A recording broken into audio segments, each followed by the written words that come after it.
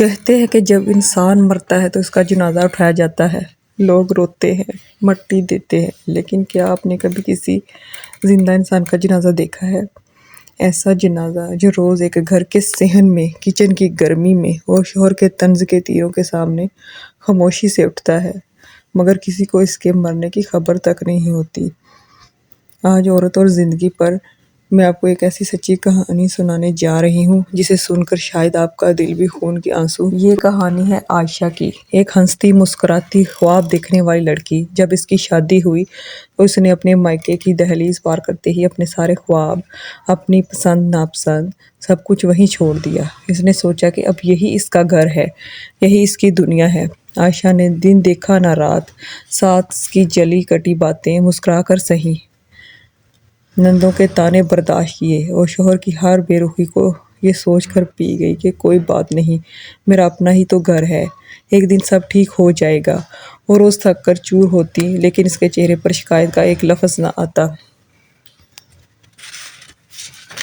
پھر ایک دن عائشہ کی طبیعت بہت خراب تھی، اس سے اٹھا بھی نہیں جا رہا تھا، لیکن اس نے پھر بھی ہمت کر کے سب کے لیے کھانا بنایا۔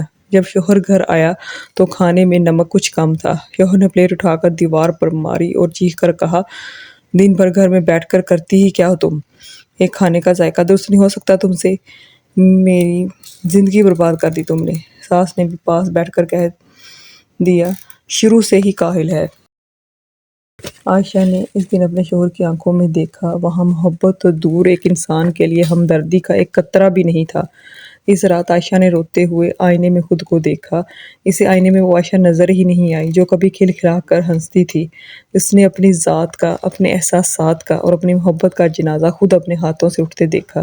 وہ سمجھ گئی کہ اس گھر میں وہ ایک بیوی یا بہو نہیں، صرف ایک مشینوں جیسی ضرورت ہے۔ عائشہ کھڑکی سے آسمان کی طرف دیکھتی ہے، اس کی آنکھ سے ایک آنسو ٹپکتا ہے۔ ہمارے معاشرے کی ہزاروں عائشہ آج بھی اسی خاموش موت کا شکار ہیں۔ وہ سب کچھ برداشت کر لیتی ہیں، لیکن جب ان کی عزت نفس کو کچلا جاتا ہے تو وہ اندر سے پتھر بن جاتی ہیں۔ رشتوں کو ضرور نبھائیں، لیکن اپنی ذات کو مٹا کر نہیں، کیونکہ جو دنیا آپ کے آنسوؤں کی قدر نہیں کر سکتی، وہ آپ کی قربانیوں کی کیا قدر کرے گی؟ اگر اس کہانی نے آپ کے دل کو چھوا ہو تو کمنٹ میں اپنے جذبات کا اظہار ضرور کریں، اور عورت اور زندگی کو سبسکرائب کریں۔ اللہ حافظ۔